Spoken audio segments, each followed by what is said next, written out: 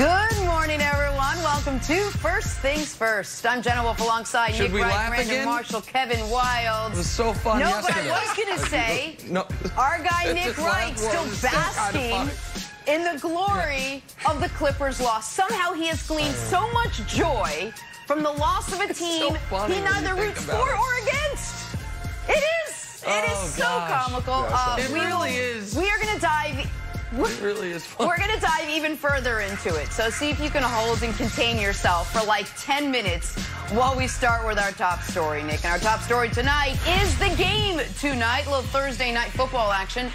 Baker and the Browns hosting Burrow and the Bengals. Both teams looking for their first win on the season. But only one team already dealing with issues. Reports surfacing this week out of Cleveland regarding a possible Odell Beckham Jr. trade, about the team finger-pointing blame, maybe at their quarterback. OBJ desperate to rebound from his 3-catch, 22-yard performance in Game 1. So how do you do that? Take a listen to this. Odell, are you the type of player that likes to get involved early? Like, does that just juice you up a little bit if you could get one play, one big play, one first down? Does that generally change the tenor of the game? Absolutely. It's like, okay, so go ahead. It's like a shooter putting up a couple threes early, and you hit 1, 2 of them, God knows you might drop 60. You know what I mean? So this is how I feel. I would love, to get involved early. Got to give my guy, Brandon Marshall, some props. This is what you said all day yesterday. As a wide receiver, yep, Nick, as a wide receiver, you want to get going early. You want to get the ball early. Just get some reps underneath you, and that breeds confidence. So, in your opinion, looking at the game tonight, what would you say are the keys to the Browns picking up a win over the Bengals? Yeah, it's no secret. It's not like I'm a genius like Nick Wright and I can predict things a year in advance. It really is a universal thing for prima donna receivers, diva receivers, #1 receivers. Whatever you want to say, it's a universal thing. So, yes, the keys to victory for the Cleveland Browns is this. #1, you heard the man. Get him involved early.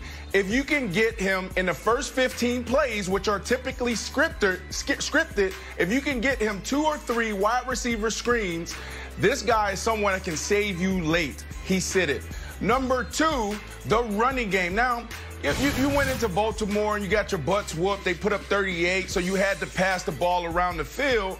But at the end of the day, you got 2 running backs that can go for 5 and 6 yards per rush. So when you have Kareem Hunt and you have Nick Chubb, who had a breakout year last year, commit to the run so you can help your struggling quarterback.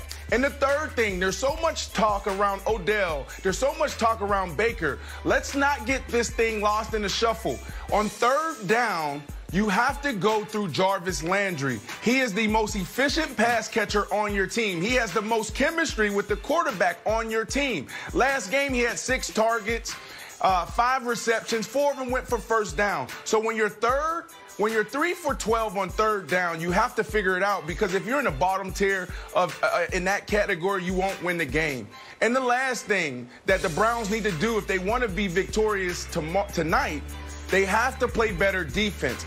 The run game was stout. They did a great job of stopping a run offense that was one of the best in the NFL last year. So you have to eliminate the big plays. This secondary, which is a little banged up right now, they have to do a better job of keeping everything in front of them. If you do those 4 things, you have an opportunity to beat the Bengals. Brandon, I think those are all great points. And as far as your second one about committing to the run, it is noteworthy. Geno Atkins is not going to be playing for the Bengals. They're all-world D tackle. And his backup, Mike Daniels, is not going to be playing either. So they could have an opportunity to really take advantage of a weakened Bengals defensive line. But here is what I love so much about Week 2, in particular in the NFL. We start to get a better actual understanding of what we are seeing. So let me give an example for a couple Week 1 games. So the Cowboys, we killed them all week because they only scored 3 second-half points. They only scored 17 points against the Rams. We think that's an indictment on the Cowboys.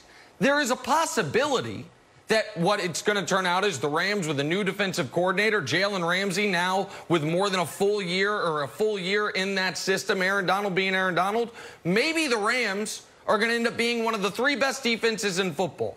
Week 1, Aaron Rodgers is back. Look at what he did. Well, that's what we think we saw. There's a possibility that we're going to know by midseason, oh, the Vikings have the worst secondary in the entire NFL. Everyone's going to kill them. So we don't really know why we are seeing what we're seeing. We just know what we're seeing.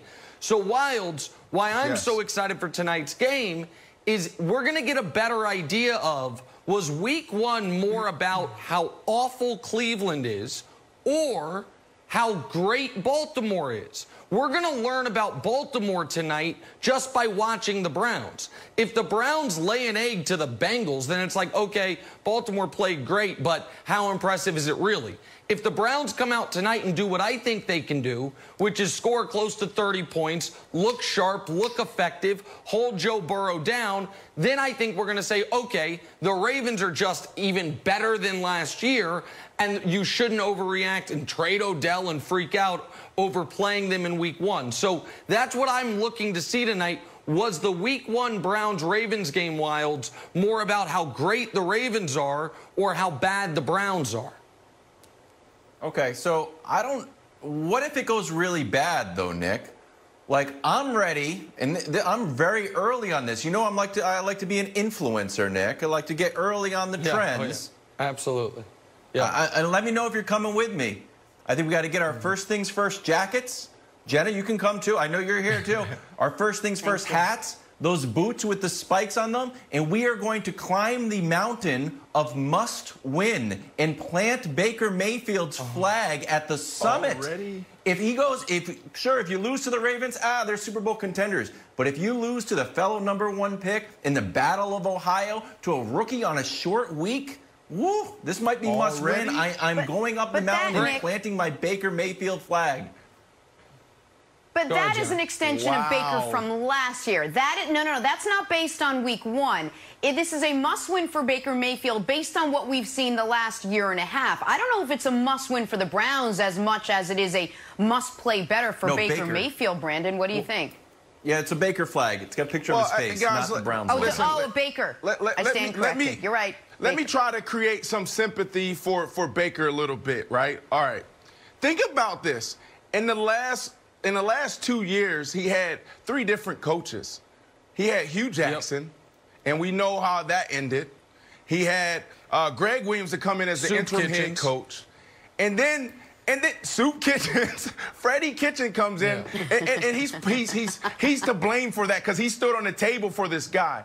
At the quarterback position, and we keep saying this, and Coach Mangini came on the show, and he uses 2 words, continuity and chemistry. And at the quarterback position, it is key for their success, for their overall career, that they have a chemistry and a great relationship between the play caller, the head coach, and the organization, because they're just different than other players. This is like the CEO on the field. These guys lead up. These guys need to learn how to lead down. So I want to give this a little bit more time because, you know, this is a kid who's in a new offense. No off-season, no preseason games. It's going to take time. And I know there's a lot of people that don't want to hear it. They're like, no, you have to win now. We get it. $1 billion business, $1 million athletes. But you have to give this kid and this offense some time to really gel together and figure out how they work together with this identity. Brandon, I think that's smart. And I think that's correct in almost, from 30,000 feet. But I think the reality on the ground is Kevin Wildes is right. Because it is this franchise, because we also know Baker does not have the most even-keeled temperament to where he does see everything. He does read everything, as does Odell. And it wouldn't just be 0-2. I think Wildes' point that it would be 0-2 with a loss to the Bengals, to the other team in Ohio, to another #1 overall pick, a team that was the worst team in football, it would feel worse than a typical 0-2, and I feel like things could get away from them. With all that said, Jenna, they kill him tonight, and it's like the Ravens game never happened, because I do think this is still a relatively emotionally somewhat immature group of guys. So I don't know if it's a must-win in the standings, Jenna, but from a mindset perspective, it very well might be. And if they do win tonight, then we're going to need 3 games to see how the teams usually... Go ahead, Brandon. Finish your thought. 30,000 feet view, that's all good, but on the ground, like, you can't make rash decisions, and you can't make decisions in a vacuum. Sure. You can't win championships that way. You have a new coach. This coach is getting familiar with who he has, so you have to give it time. But I get it. I understand the pressure on professional athletes and professional organizations. I'm the queen of rash decisions. Like, we should go to a commercial break right now. 24 hours later, we're still talking about those Clippers. Is team chemistry to blame for their early playoff exit? We're going to break it down on the other side. First things first.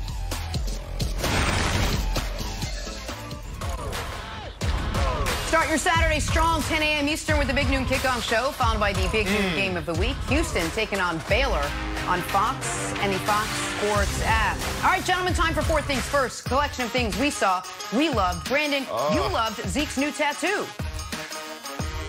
I knew this was going to be a bigger story than how it took off. I mean, this was horrible. This is the worst tattoo I've ever seen. But you know what's better? It wasn't the reaction after this by Wilds, our guy who highlighted this tattoo in this demonstration, but it was Zeke's mom. Like, there was somebody on Twitter who was like, hey, how do you feel about your son's new tattoo? Because he has a lot. And she says, this is terrible, no go. So I think this story is still developing. Let's continue to track it. The worst tattoo in history. Wow. Wow. All right. Kevin, Jimmy Butler's coffee career. I love this one. That's right. There's sources from Nick DePaula. Jimmy Butler's Big Face Coffee clothing is made by Lululemon, and he's going to get a Lululemon deal. I'm here to tell you this is a huge vindication for me, because your old friend Kevin Wildes was early on wearing Lululemon gear to play basketball, and I suffered the slings and arrows of ridicule for it. I'm finally vindicated from people saying, hey, who's got my man in the swim trunks? They're not swim trunks, dude. They're Lululemon shorts. Stop saying they're swim trunks and slandering my game before we even start. It's like, oh, it's us 4 and my man with the swim trunks. Like, nah, they're not swim trunks. They help with mobility, and they're comfortable. So I feel like I'm finally vindicated. Me and Jimmy Butler, Lululemon basketball for life. You were probably first on the leggings under those swim trunks, too. Nick, you need an NBA vote. Make your case, my friend. America, I mean, listen, at this point, the evidence is overwhelming. Can we show my All-NBA teams compared to the actual 3 first, second, and third teams that came in yesterday? Because not only are they nearly identical, so first team, that's 5 for 5. Second team, listen, we're 4 out of 5 of the same. I had Russ on the second team. They had Dame on the second team, so we flip-flopped those. We only have 2 discrepancies on here, and I would argue, with being able to see the playoffs, I got one right, and the entire NBA world got one right. I had Bam over Gobert. Gobert been at home for a month.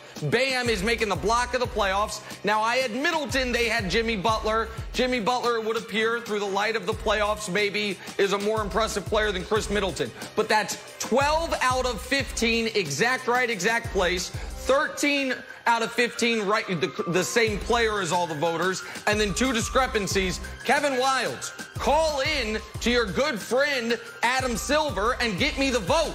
Enough's enough, man. I laughed at your Lululemon bit. Get me a vote. That's all I asked for. Go ahead. No, please don't. Kawhi, second team. Nick. Look, everyone agrees with me. I give this take here with grace, so take it as such. Happy 25th birthday goes out to Patrick Mahomes today. The human highlight reel, behind the back passes, side passes, under the leg, up on top. I mean, the guy is amazing. He's been a breath of fresh air in the NFL. He's creative. He's unique. Thank you, Jenna. What? That's so... He's not the first person to ever do that? Somebody even more famous than Patrick Mahomes did it for... Our guy Dan Marino in the turquoise tracksuit, Mr. Isotoner, Mr. Nutrisystem. Like 40 Mr. yards. I've been doing this for years, kid. 40 yards behind in the bag. Wow. Hey, Patrick Mahomes, I love what you're doing. Unfortunately, you didn't light the torch. You are simply taking it from Mr. Dan Marino, holding it for a little bit, and then you will pass it on to someone who's now 4 years old. You know what he didn't take from Marino? You know what he didn't take from Marino? Winning a Super Bowl. I know. He didn't take that from him. I'm trying to move on. He didn't take that from him. I'll tell you that much. Oh, got it. Super Bowl hangover. Still look great. Isotoner. Fallout continues this morning for the Clippers after they blew 3 chances to advance to their first Western Conference Finals. Let's dig in. So, a lot of blame to go around. A report yesterday that Paul George and Montrezl Harrell had a heated verbal exchange during this series. Montrezl apparently upset over a turnover that Paul George blamed on him. This all on the heels of a report from The Athletic that the arrival of PG and Kawhi last year caused some tension behind the scenes. Apparently, we all can't just get along. Brandon, was team chemistry the biggest factor in the Clippers not winning a title this season? Yeah.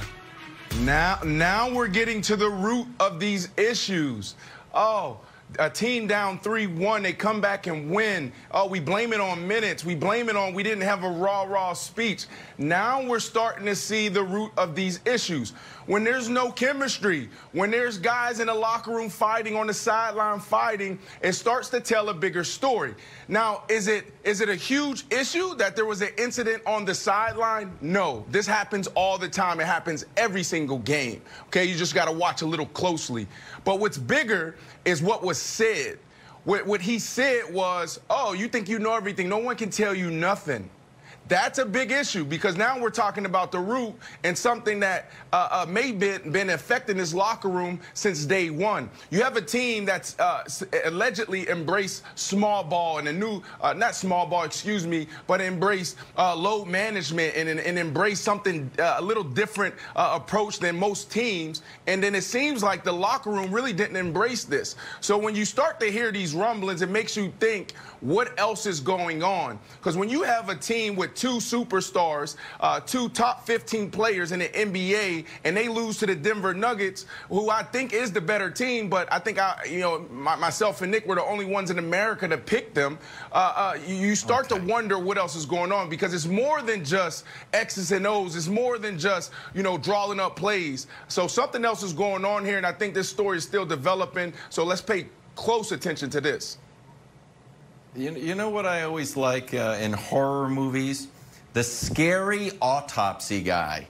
When they have to go and they're like, what happened? And the guy's like some ghoulish figure and he's got his like butcher knives. Like, you're the autopsy guy? Aren't you supposed to be like a medical profession?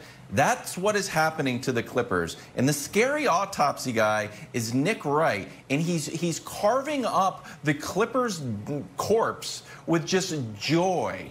And with blunt instruments. So I'm going to give you a preview of how he's sharpening his knives. Still morning time. Doc's choke job. And he can't make rotation. And it's load management. And it's PG choking. And it's Jack Harlow. And it's Montrezl Harrell, can't guard Joker. And it's Kawhi went 6 for 22. And they went 0 for 0 in the fourth quarter. Paul George and Kawhi had 0 points. And he's just loving it. He's loving it. So before we just go crazy, and Nick is sitting there with his butcher apron totally covered in red, and he's like, goodness gracious, he's taking a real joy in this. Just remember, America, the autopsy that is being conducted with such joy is being done with a little LeBron crown on.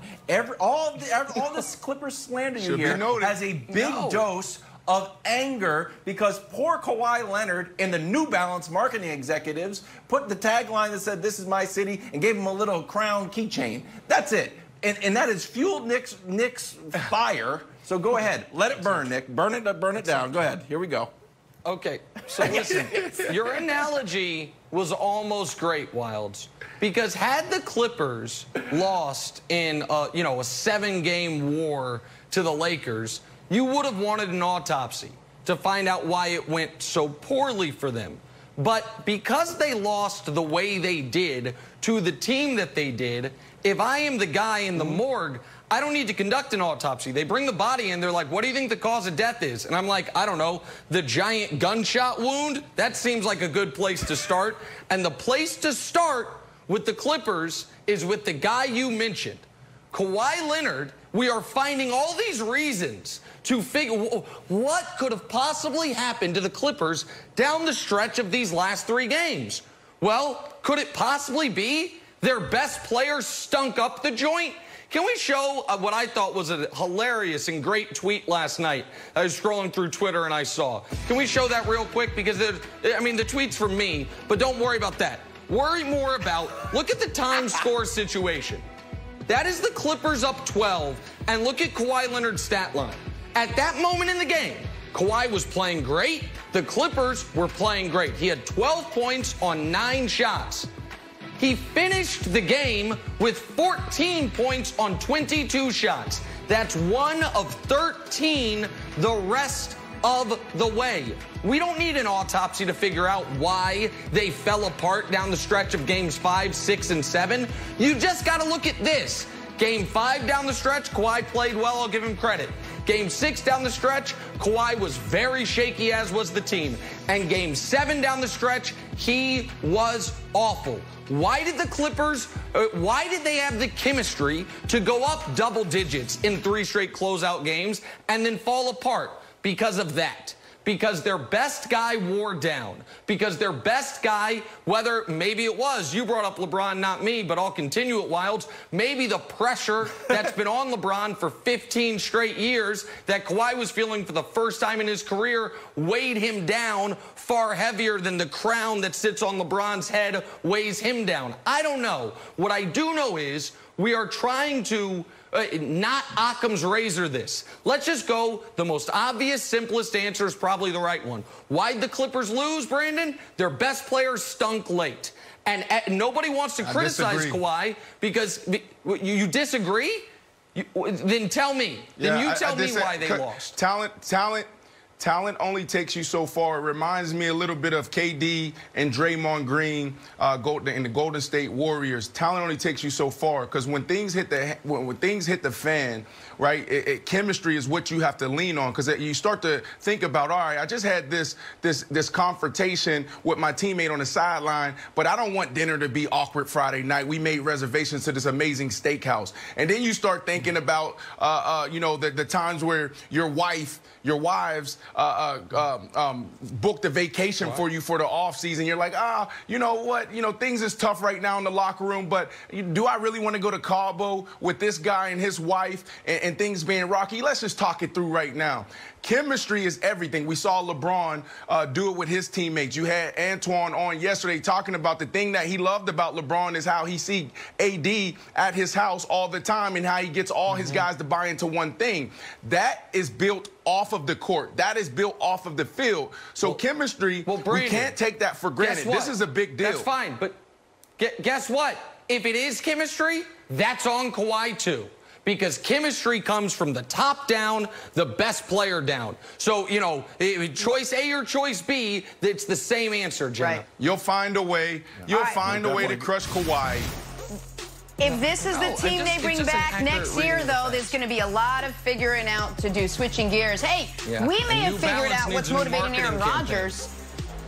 I promise it'll surprise you. Greg Jennings joining us next. First things first. Wilds, you have to admit, that was an outrageous. Back here, first things first. It's time to make our Super 6 picks. One of the questions tonight, which team will win and by how many points? Nick, start with you. Who do you got? Bounce back game, Baker and Odell. Browns by 13. That's my pick, Brandon. Browns by 13 in the Super 6. I didn't win last week. 13. I was very embarrassed by that. And so I'm going Browns by 13. Brandon, what do you say? Woo. Well, what I'm saying is tonight the scoreboard will be lit up, but I'm going to pick the Browns by 6. Most games come down to 3 or 4 points, Nick.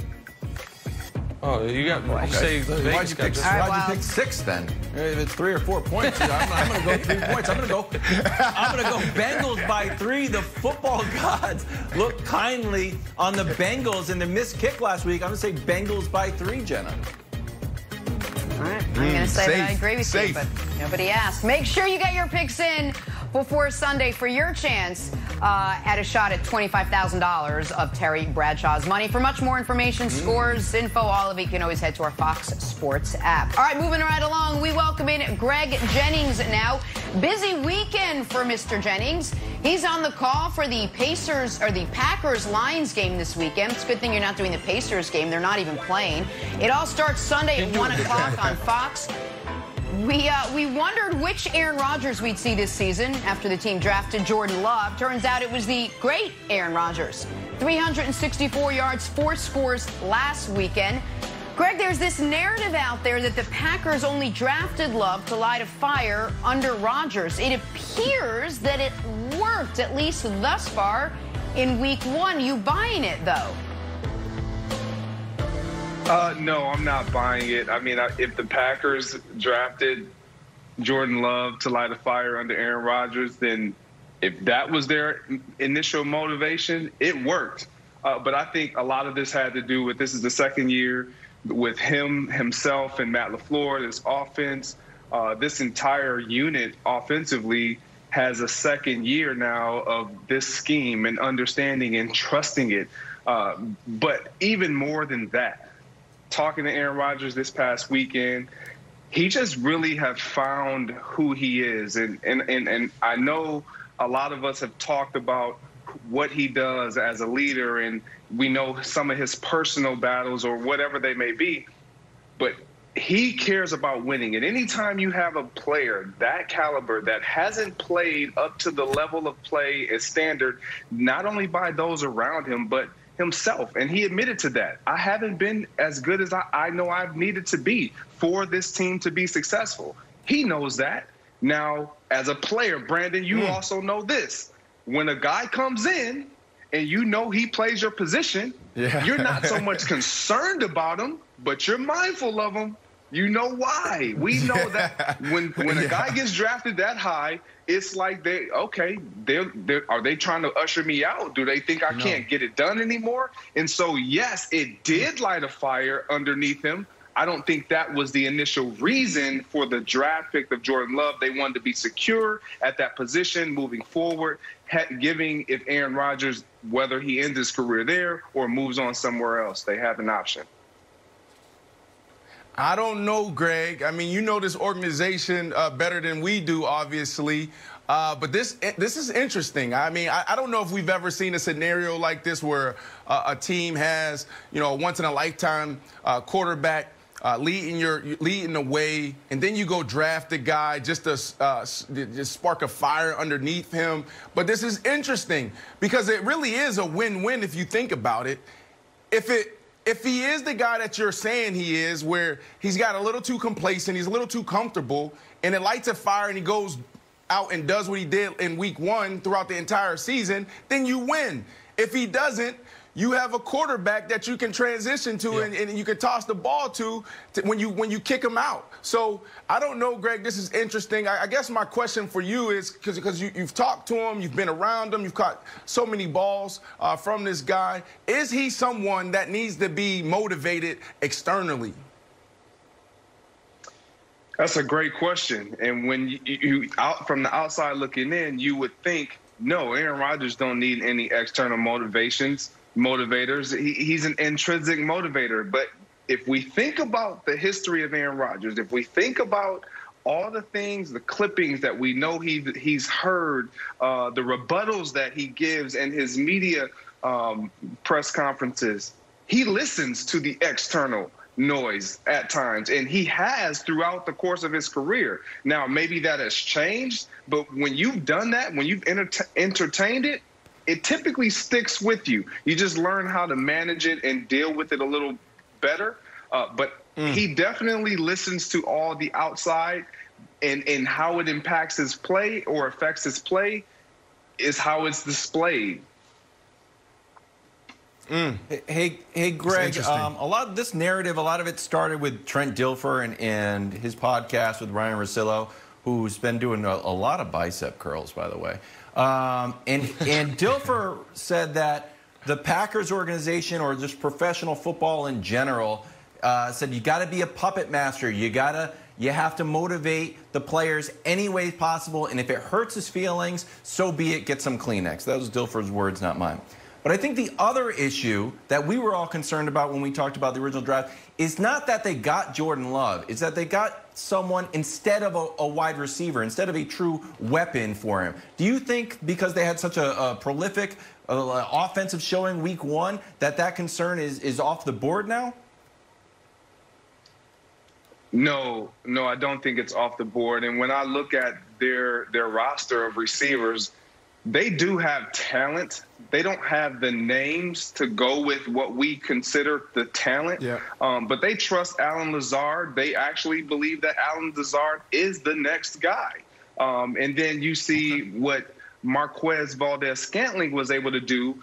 He's a growing talent that they believe can be good in this National Football League. He just has to do it consistently. We have to understand that not all the time do you need a number 2, 3, 4 guy. And I think when we look at the history of the Green Bay Packers, you look at the jersey that I have over my left shoulder. Like, there we go. You got Aaron Rodgers with Donald Driver, myself, Jordy Nelson, Randall Cobb, James Jones. We've always seen so many weapons around him, these guys, to where I think it's taken for granted that it's not as easy to acquire these guys as you think. And you want to build these guys. You want to nurture these guys. You want to draft them and then allow them to grow. And that's what the Green Bay Packers are doing. They have guys that they feel like fit their organization, fit that locker room, fit with Aaron Rodgers, and they just want them to grow. Nick? So I actually don't think this is a football story. I think this is a media story. And here's why. Trent Dilfer is the one who said this, and it got some traction. But on the Ringer NFL show, I think Kevin Clark with Nora Princiotti on Monday, this same exact idea was floated. And I heard it one other place that I can't quite remember. In the last 96 hours, was Jordan Love's drafting a ploy? And the reason I say it's a media story is this is really, really great media manipulation by some leaker in the Packers front office, because they are positioning themselves to be able to win either way. They took a massive risk in not only drafting Jordan Love, but trading up to draft Jordan Love. Week 1, obviously, Jordan Love doesn't play. The next draft pick they had, A.J. Dillon, the running back. He was 3rd on the depth chart in week 1. He had 2 carries for 14 yards. The next draft pick they had, an H-back, Josiah DeGuara, had 1 catch for 14 yards when Rodgers was slinging it all over the field. And someone in the Packers front office very smartly said, you know what? We have to reframe this, because we were 13-3 last year in the NFC Championship game. We did almost nothing in free agency this offseason. Our, immediate returns of our draft ain't great, and our first-round pick it infuriated our quarterback. So what if we make it a can't lose? If Rodgers stinks, then obviously we're smart. But now, if Rodgers is great, we're smart still. If Rodgers is great, he's great not because he's Aaron bleeping Rodgers, but because we motivated him. So what is a motivated Aaron Rodgers worth? Is it worth a 1st and a 4th, what you traded to get Jordan Love? Of course it is. So it is, to me, I cannot believe, Brandon, it's the Princess Bride moving the cups around. In the draft room, Nick, it's win-win. Brian Gutekunst was, I can't believe that Brian Gutekunst was like, you know what, here's the deal. What we need to do is we're going to use our pick as a psychological warfare on our quarterback. I think they took Jordan Love because they were worried Rodgers is going to soon be done. And Rodgers in week 1 looks like he's got a ton of football left, so they're reframing the narrative. I don't buy for 1 second that this was some almost Orwellian play of don't believe what you see, but it's the man behind the curtain. I don't believe that at all, Brandon. Let me ask Greg but a lot of people seem to, so I think it's great media framing by them, Brandon. Go ahead. Well, let me ask Greg this, because there was two things that I said around draft time. One, I said the Saints were done, and people crushed me, especially the great people in New Orleans. They crushed me. And then I also said that this is the biggest waste of talent that I've ever seen. The Green Bay Packers and how they just wasted Aaron Rodgers. You have who we were calling the best quarterback ever just 4 or 5 years ago, before, you know, Mahomes bursted on the scene, and he has 1 Super Bowl ring, Greg. So I don't understand why the Green Bay Packers don't participate in free agency. I don't understand why the Green Bay Packers play one-on-one coverage when they have no secondary. Like, I just don't get it. So am I far off here? Am I valid? Like, help me here. Because I just think that when you have Aaron Rodgers on your team, you should be looking at multiple Super Bowls. Well, when you have, again, a history of drafting guys and then developing guys, it's hard to get you out of that mindset. It doesn't matter really who comes in. That's kind of the culture that's set. Mark Murphy is still in place, so he has an idea and they have an identity that they kind of want to stick with. But I'm with you. I think that they could have definitely, over the course of Aaron Rodgers' career, he's been to 1 Super Bowl. They could have made a lot greater splashes in free agency and reached, even when it came to the draft, to make sure and ensure that he has depth around him, because we've seen it over the course of careers. When quarterbacks get older, you need them to do less and the guys around them to do more. When you were there, what was the one thing that you're like, man, if we just change this one thing, we would be better, we'll get over the hump? Was there one thing that jumped out? And I'm sorry to put you on the spot like this, but this is a big deal. Yeah, you should have. Well, Greg should have took the deal. They offered him 4 for $40, and he didn't take it. That's what happened. No, they definitely didn't offer me that. They definitely didn't offer me that. But I mean, it was a couple of things. Greg's gonna have a front. Listen, go ahead, Greg. Finish your thought. No. Go ahead, Jenna. This is your show. All right. It is my show, Greg, and I'm glad that you know that. I was going to say, you get a front row seat to watch Aaron Rodgers this weekend. You're on the call for the Packers-Lions game. We got to take a break. We'll talk about this more in a little bit. Coming up, though, talk some basketball. There is a Western Conference Finals matchup to discuss, and we're going to do just that. LeBron and the Lakers gearing up for tomorrow night. This, Greg, is my show called First Things First. Hey, this Sunday on Fox, the Cowboys with their season opener against the Falcons, or you might see Jimmy G and the Niners. They take on the Jets. All the NFL action kicks off 1 Eastern. Check local listings for the games in your area, or watch it on the Fox Sports app. Back here with Chris Broussard. All right, Broussard, with the Clippers now in the rearview mirror, let us look forward to tomorrow night's big game. Nuggets, Lakers to open the Western Conference Finals. For LeBron James, been there, done that, just not quite from a bubble. His 11th trip to the conference finals, and the path ahead, I don't know, doesn't seem too daunting. No more Clippers, no more Bucks. It's just Nikola Jokic and the Denver Nuggets. So, Nick, let me start with you. What are you expecting to see from LeBron and company in Game 1 Friday night? Well, you know, luckily, unlike Chris Broussard, I can just go to my original bracket and say, what did I have? Oh, I had Lakers over Nuggets in 6. So I think I'll just stick with Lakers over Nuggets in 6. Now, with that said, Broussard, I would not be surprised at all if the Nuggets win Game 1. We have seen, not just throughout this series, but throughout LeBron's entire playoff career, unless he feels like his team is the massive underdog and that every game you could possibly steal is huge, he's going to use Game 1 to feel out and see how the opposing team is going to play him, how they're going to approach this series. So that is an opportunity for Denver. But, Chris, the reason I think Denver is in real trouble in this series is, like most teams in the league, they don't have anyone to guard LeBron James. Gary Harris, who's their best perimeter defender, is simply not going to be able to do it. Jeremy Grant's not strong enough. Like, they don't have a good match. Paul Millsap is not quick enough. They don't have a good matchup. But the other reason is this. The Clippers never could figure out, Broussard, how to guard the high pick and roll between Jokic and Jamal Murray. The Lakers can, if they need to, just put LeBron James on Jamal Murray and Anthony Davis on Nikola Jokic, and they can switch that screen and still be okay. Anthony Davis is quick enough and long enough to be able to hang with Murray a bit, and LeBron James is strong enough to be able to deal with Jokic on the block. So they have a bit of kryptonite for what is the Nuggets' most valued tool on offense, and I don't think they're going to have to double Jokic. So for all those reasons, I have tremendous respect for the Nuggets. Obviously, they were better than the Clippers. Obviously, the Lakers are playing the hardest possible team they could be playing in the Western Conference Finals. But I don't think the Nuggets have enough for him here, Chris Broussard.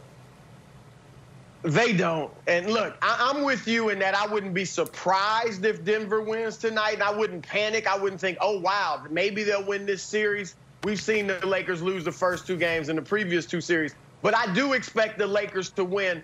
And look, this is a match made for the Lakers. Unlike their first 2 rounds, okay, Portland presented some real challenges in that they were a perimeter-oriented team, and the Lakers had trouble guarding the perimeter. Same thing in the second round. You had the second round was I'm trying to remember who they Westbrook and Harden. Houston and Harden with the small ball. That's how memorable Houston was in that series. Disrespectful. But with the small ball, you had to adjust to that. Denver is tailor-made for the Lakers, and you mentioned Anthony Davis on Jokic. Heck, Dwight Howard and JaVale McGee guarded Jokic well in the regular season. Lakers won 3 of 4. They held Jokic to about 16 points a game. If for some reason that doesn't work, you're right. You just throw AD on him. And then here's the other thing. They had success against Kawhi Leonard because Kawhi Leonard is a mid-range guy.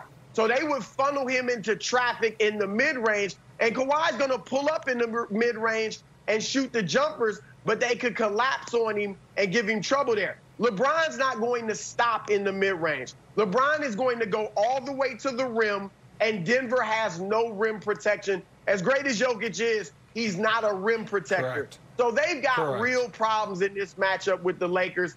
I'm with you, Nick. I picked the Lakers in 6, and that's what I expect to happen. Definitely not a 7-game series in my view. Okay. Yeah, the Nuggets are going to have to do something at – Go ahead, Wilds. No, I mean, I think that all makes sense. That all makes sense on paper. I think we're looking at it like, well, yeah, Nick, that makes sense, and Broussard, that makes sense. But then the Nuggets, if I'm the Nuggets, I'm sitting there like, yeah, we're the Nuggets. Remember we surprised everybody? In the first round, we're like, Jamal Murray, you're cute. You're a budding superstar. And then the next round, like, yeah, we're not losing. We came back twice from 3-1 down. And, Nick, if you don't lose – if you Lakers win game 1, you say you're not going to be nervous. When are you going to be nervous? Because even when you're up 3-1, you still probably have to be nervous because that's when these guys turn into monsters. Like, look at points per game, Joker and Murray, when they're facing elimination. There's the power 2 on the left, the power 2 on the right.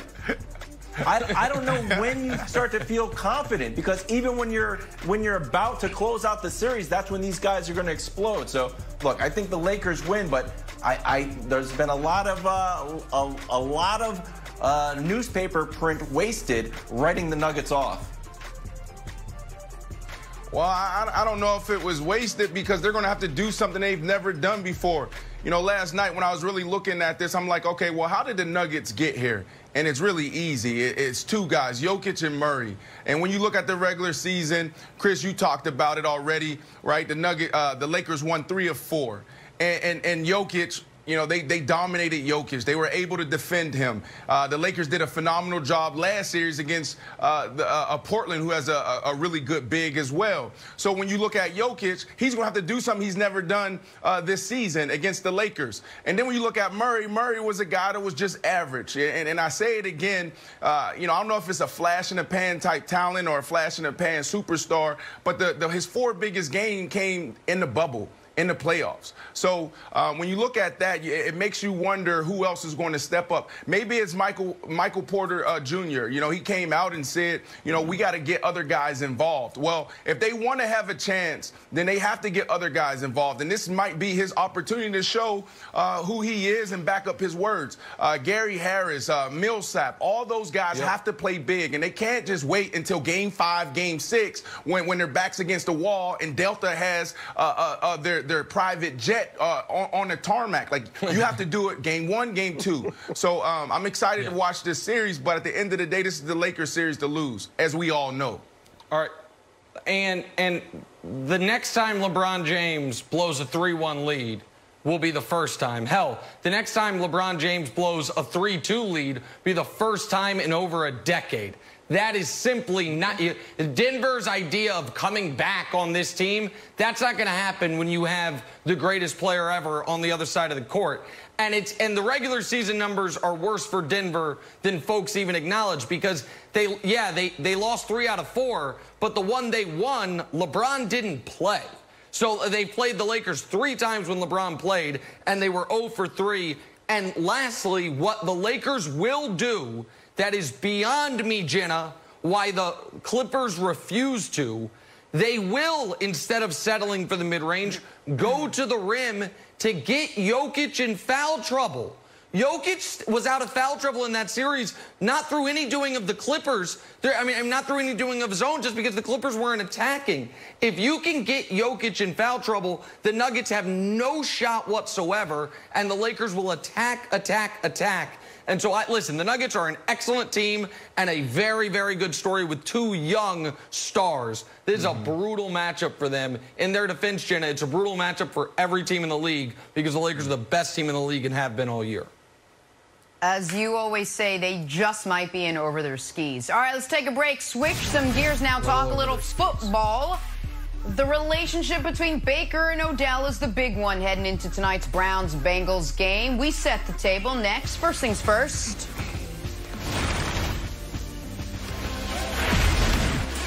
We have a special moment coming up in tonight's game between the Browns and the Bengals. So on this day 100 years ago, 15 pioneers met in an Ohio automobile showroom to form what would soon be called the National Football League.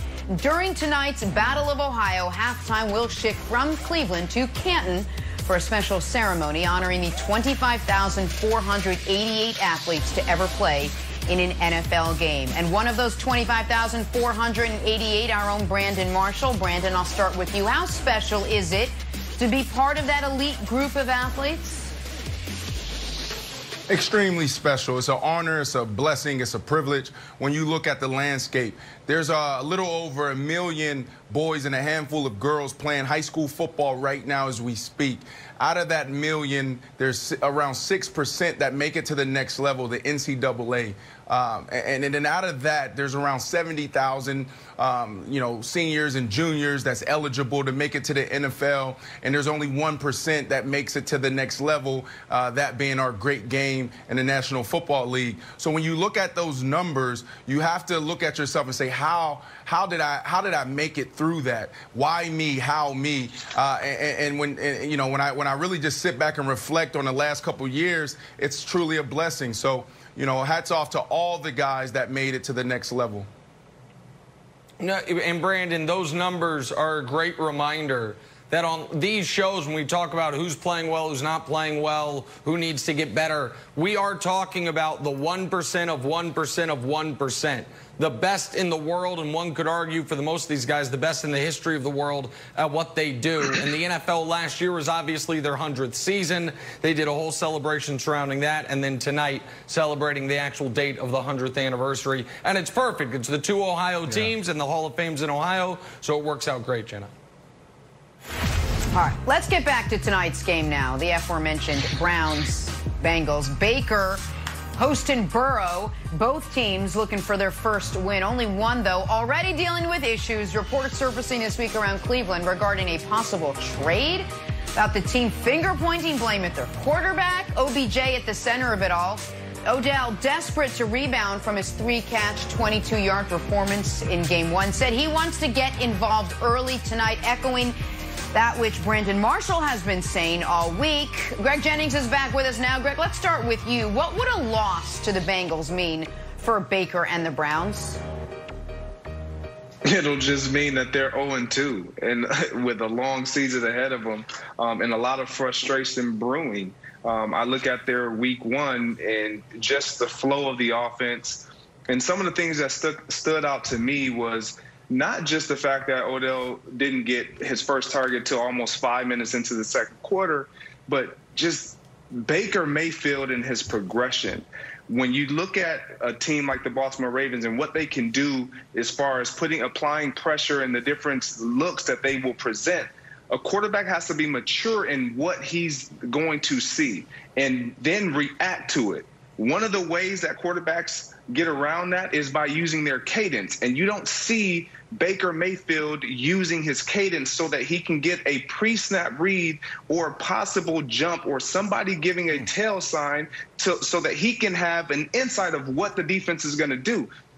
Far too often is he getting caught in situations where he's looking like he doesn't know exactly what's going to happen. And that's where the frustration lies when it comes to trying to get the ball to your playmakers. When your quarterback is already a little out of sorts, then it just falls down from there. And you see the frustration brewing early with Odell Beckham Jr. when he didn't get the targets. Then he gets a target, he gets a face mask penalty, and then he gets the next possible ball incomplete. And then he drops a 3rd and 2 where he should have easily caught the ball.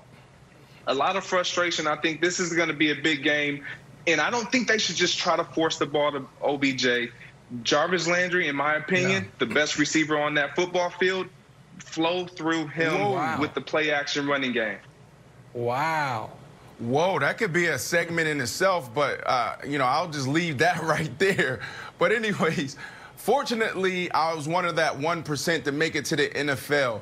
Unfortunately, I wasn't like Greg, my buddy, who was able to compete for a championship year in and year out. So I'm familiar with this territory. I understand this dynamic in this locker room and what some of these guys are going through. New coaches coming in, high expectations, ownership, they're feisty, they want to win now. You have players with big egos, superstars. So I understand this dynamic. Greg is right. It should mean nothing. If you drop 0-2, yeah, do you have a salty taste in your mouth? Yes, but there's so much football left to be played.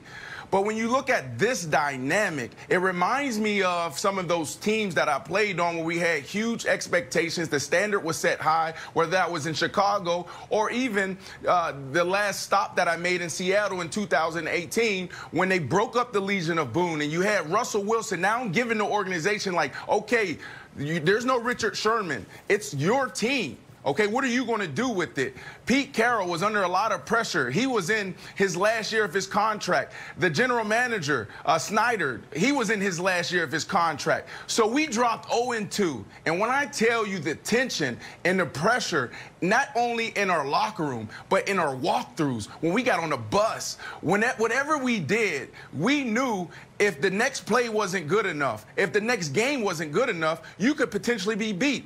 Prime example, we're playing against the Dallas Cowboys, and I think it's the 3rd game of the season. I dropped one ball, then I had another ball where it was a 50-50, and guess what happened? They benched me. So for the rest of the year, I sat on the bench until they cut me. So I understand this dynamic, and that's the thing that jumps out the most to me is that, yes, it should be just 0-2, let's get back up and let's figure it out. But this is going to be a locker room with a lot of tension. The coaching staff is going to be under a lot of pressure. So this is bigger than what everyone will be talking about. All right, well, our fans over at Fox Bet have the Bengals as 6-point underdogs tonight. It's close, so close to getting a win last night, those Bengals were. Can they do it? Nick, what are the chances you think Joe Burrow can upset the Browns and actually get his first career win? Listen, I think the chances are supremely low if Baker Mayfield can play a clean game. And this is, now at this point, we just have to look back to, from the start of last year, everything Baker's done post-rookie season. Rookie season, despite the coaching change, despite the upheaval in the organization, Baker was excellent. Baker was the one part of the organization, and by the way, had his best games that year against this Cincinnati Bengals team. One part of the organization that made you feel really good about the future, that made Odell excited when he got traded from the New York Giants to the Cleveland Browns. So think about where the organization was, even though they didn't win a bunch of games that year, to where they are right now. So what has changed? Baker's turned into a turnover machine. He has played 17 games since his rookie season. He has turned the ball over in 14 of them. It's just unacceptable. He started the year off with a turnover on their opening drive. So for Baker, especially a Cincinnati team that's no Geno Atkins, no Mike Daniels, you should be able to run the ball. Cincinnati is not a good football team. They might one day be, but they're not right now. They struggled mightily last week against another mediocre team in the Chargers. Just take care of the football. And the other advice, Greg, I would give Baker is this. Someone needs to grab him and remind him, man, you are not a great athlete compared to other NFL guys. Every time I'm watching Baker, if his first read's not there, he's jittery in the pocket and trying to scoot out of the pocket like it's at Oklahoma. It's not, man. At Oklahoma, you had the best offensive line in football to keep you safe, and you weren't up against every single defensive lineman or edge rusher that is just a monster. You had some good ones, some mediocre ones, some guys who were just bad Big 12 defenders. And Baker has not understood that at the NFL level, Greg, he is a minus-level athlete. He is a short, not that fast guy at the NFL level. He can't keep thinking, I'm going to scamper like Kyler Murray and make something happen. You are not the athlete Kyler is. And up to this point, by the way, you haven't proven to be the decision maker Kyler is either. So simplify it. Play a clean game and stop trying to run for first downs when that's not who you are at this level. If he can do those things, Greg, I think the Browns can win comfortably. I think they definitely can win, and I'll touch on what you just said. I think he is a good enough athlete in this league. I don't think he's comfortable right now because of the amount of pressure that he's endured last season and even early in this season going up against the Baltimore Ravens team. When you feel those pass rushers collapsing on you, you start to panic a little bit as a quarterback. But I'll say this as well. They have to do a better job, and this is a lot on the coaching staff, on Stefanski, Kevin Stefanski, of understanding who they are. They run the football very, very well and effectively. Use that to your advantage. When you drop back, use the play action. They had some great plays off of play action. You get the linebacker sucked up into the line of scrimmage. It opens the down the field possibilities and the throwing lanes for Baker Mayfield, who's already short in stature, who has a problem getting balls batted down. It collapses those guys into the line of scrimmage, so it opens up those passing lanes. They have to do a better job with that. And I think everything will be okay if they just lean into what they do great, which is running the football, Brandon. That's right. I'm going to take it. Greg Jennings, thank you so much. Always appreciate your insight. Much more on tonight's NFL Centennial celebration still ahead. And if you think the players are the only ones with something on the line, you are mistaken. Take a look. Probably the greatest moment for me was 1964, 7 years old. My father was a huge fan. He was watching the Cleveland Browns play the Baltimore Colts. And Jim Brown gains the yards. The Browns have accomplished what the experts said could not be done. At that point in my life, I'd never seen my father that joyous. That when the Browns beat the damn Colts, man, in 1964, and remembering the look on my old man's face, man, I said, man, this must be something cool. And after that, I've never missed an NFL championship game. All right, guys, time to play a little taste Sorry, of Super Bowl hangover. Bengals and Browns squaring off tonight in Cleveland in the first matchup of the Heisman Trophy winning quarterbacks. All right, which quarterback will have a bigger performance tonight? Joe Burrow or Baker Mayfield? Nick, take your pick. The pick's got to be Baker. Listen, America. Maybe I was a little premature on anointing Baker as one of the next faces of the NFL. But everyone else, I mean, Joe Burrow had a very nice final drive against the Chargers. He also, on the drive before, basically handed the ball to the defense. Now, I'm not killing him for it. His first game as a starter. But the idea that all of a sudden, after one game, folks are ready to say Joe Burrow's better than Baker Mayfield. Like, come on. Baker's in a rough spot. He'll rebound. He'll rebound starting tonight, Brandon. He's going to take advantage of depleted Bengals defense. He'll have the better game, Brandon. I know you agree with me. So the question is the performance tonight. All right. So I'm going to go with Joe Burrow because They have to be able to throw the ball because they're not going to be able to run the ball. This defense, the Cleveland Browns run defense is stout. They did a great job of stopping Lamar Jackson in that run offense. And then also on the other side of the ball, to help out your young, struggling quarterback in Baker Mayfield, embrace what you have at your disposal, and that's your run game. You heard Greg Jennings talk about it. For that very reason, I'm going with Joe Burrow. All right, let's move on to Dallas now. Cowboys home opener Sunday set to host the Falcons, 1 o'clock. That game on Fox. All right, Brandon, let's stick with you here. Which wide receiver is more likely to have a dominating performance in this game, Julio Jones or Amari Cooper? Brandon, take your pick. There's a secret society between the wide receivers. Why would you do this to me? But if I got to pick, I'm going to go with Julio Jones because I can't go against Matt Ryan's love for his guy. This is a combination that's deadly. This is a combination where when Matt Ryan drops back, he's looking for one person and one person only. So I'm going to go with Julio Jones. Well, and because Julio Jones and Amari Cooper are not in the same league. I mean, they are. It's the NFL, but not in the figurative league. Amari Cooper is a really good #1 receiver. Julio Jones is arguably the best receiver in football. He's going to be in the Hall of Fame. He's an all-timer. Like, Julio should be insulted by this question. So the answer is Julio Jones. Like, come on. It's Julio Jones. This is the easiest question I've ever been asked. All right, move Lamar on can now. play now. Big showdown in the know. AFC. Deshaun Watson's Texans hosting the reigning MVP Lamar Jackson and the Ravens on Sunday. So which is the quarterback more likely to make the play of the year Sunday, Lamar or Deshaun? Nick, take your pick. Oh, the answer has to be Lamar.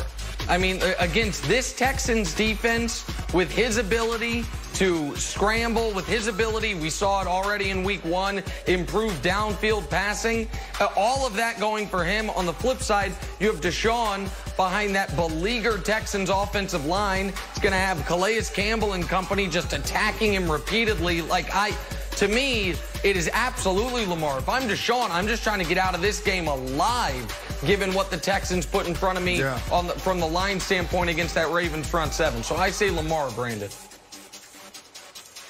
Yeah, I mean, Lamar's definitely the human highlight. But I saw something in week 1 that was impressive. I saw Lamar Jackson go to another level.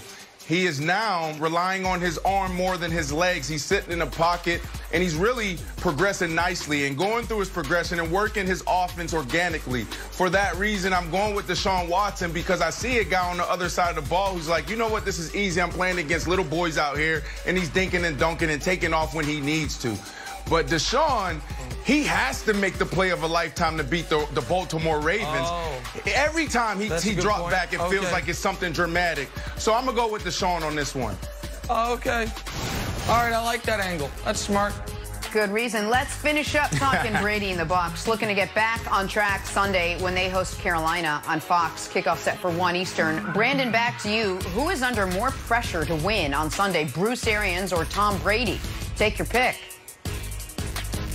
Tom Brady, what did you say, Nick? They're not even in the same league. Come on, this is the GOAT. 6 Super Bowl rings. He has way more to lose than Bruce. I love Coach Bruce. I would love to play for Coach Bruce. He's my type of guy. But at the end of the day, man, if I have to answer this question, I got to go with the GOAT, Tom Brady. Oh, because you were doing so great, Brandon. And then this last one, I mean, you got 10 meters to the finish line. You trip, you fall down. For all those reasons, the answer is Bruce Arians. We know how it works with Tom Brady. When he plays great, he's ageless. When he plays terribly, it's everyone else's fault. Bruce Arians got more criticism this week for criticizing Brady's bad play than Brady got for his actual bad play. So if the Bucs fall to 0-2, they're coming after my man Bruce. They're not going to come after the pristine, steel-chinned Tom Brady. It's just not happening. So, like Brady is, maybe he's earned it, but he is such a made man. There is nothing that is going to happen. He threw a pick 6 to end their season last year. He earned it. And nobody blamed him. He earned it. Of course he's a made man. He earned it. Okay, that's fine. He earned it. But that means the pressure is squarely on Arians, Wilds.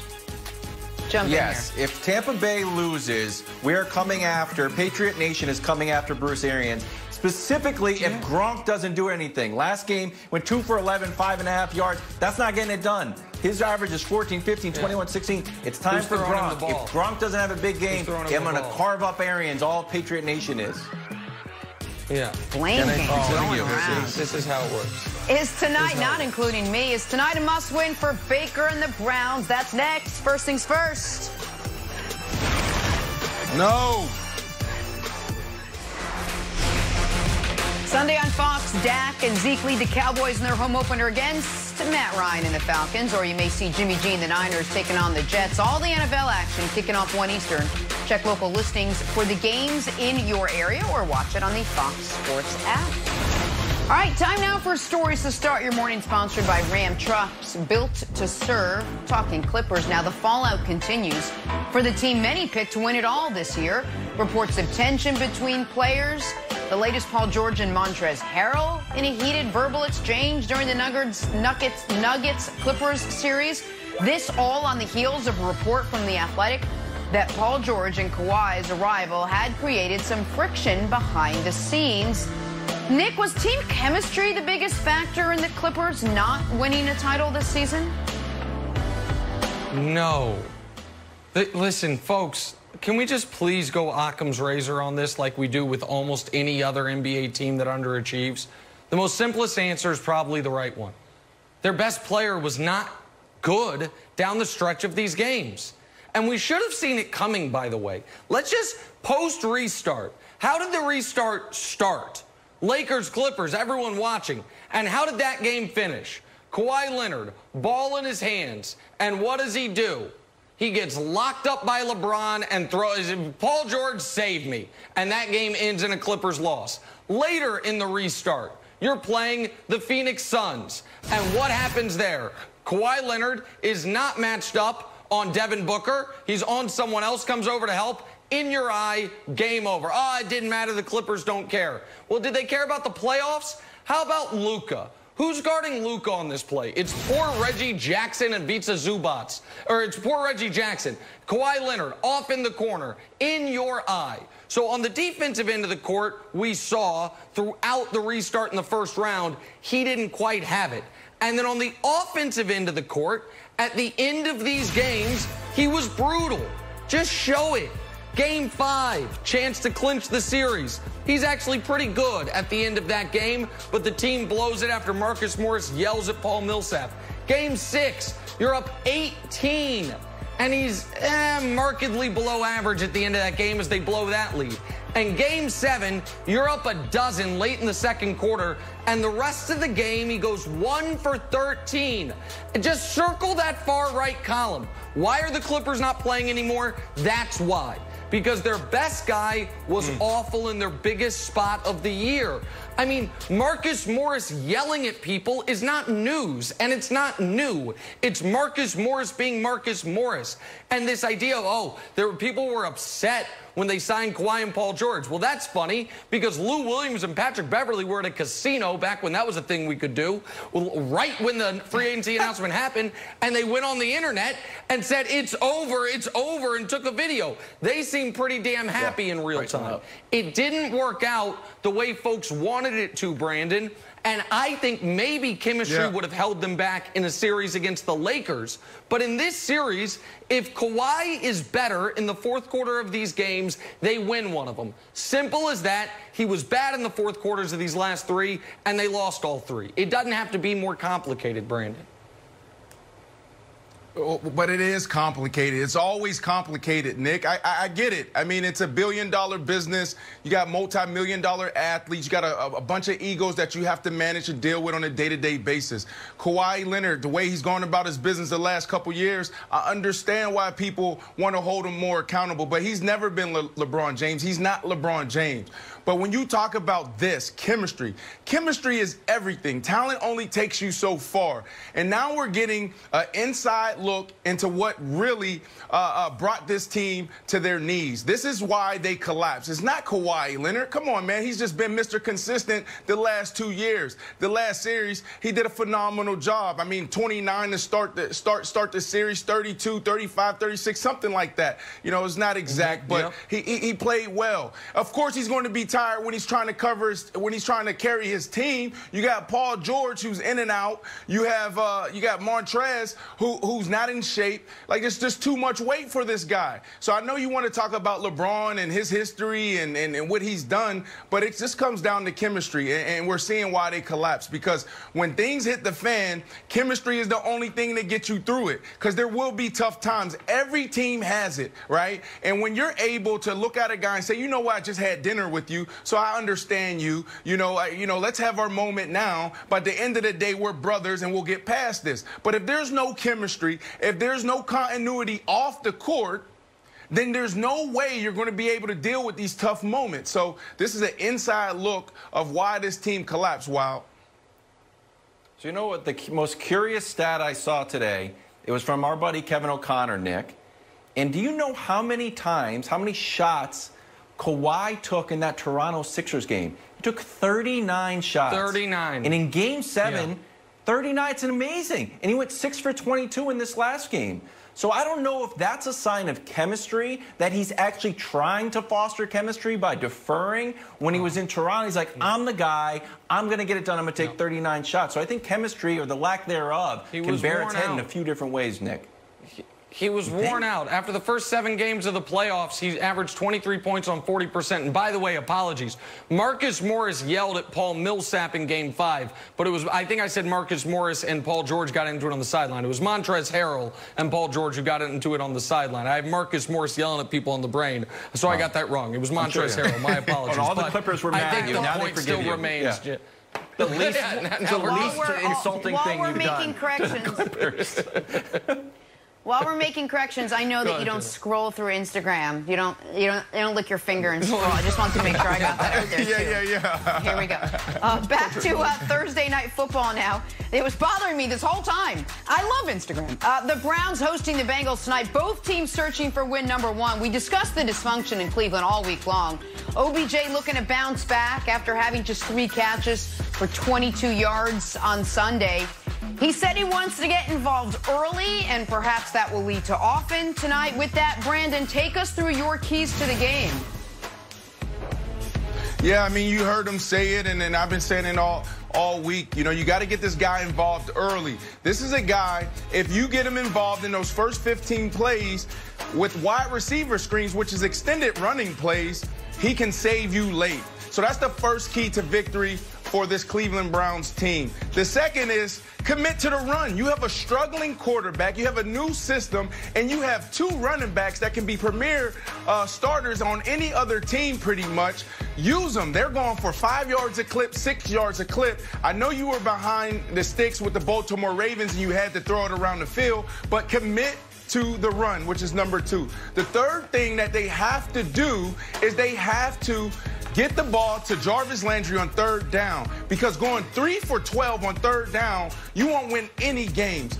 And Jarvis Landry and Mayfield, Baker Mayfield, has shown to have the best chemistry. 6 targets, 5 receptions, 4 went for 1st down. So since he's been there, they had a great connection. And a lot of times when you have a star wide receiver like Odell, all the other guys can get lost in the shuffle. So if you want to get going on offense, you got to move the sticks. You got to convert on 3rd down. And the last thing, defense, help them out.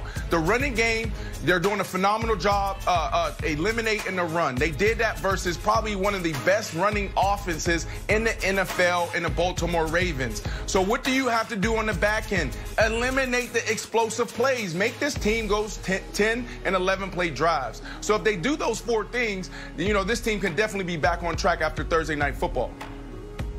So, Brandon, listen, I think holistically for the season, those 4 things are absolutely what should be the bullet points they see when they walk into the locker room. For this game against this Bengals team on a short week, I think we can simplify it to, hey, Baker, don't turn the ball over. Amazingly, only 3 times in the last 17 games he's played, 3 games post-rookie season has he played a clean game. They can't overcome the turnovers schematically or emotionally. I think what leads to Baker's erratic play and his kind of jitterbug nature in the pocket is he's afraid of making another mistake, especially after he makes one early. So, Wildes, I think everything Brandon said makes a ton of sense. But if you don't watch tonight's game, before you even check the final score, check and see Baker's interception numbers. If they're 0, the Browns will win tonight. If they are not 0, then they could all of a sudden, Wildes, fall to 0-2 and be in a mini crisis to start the season.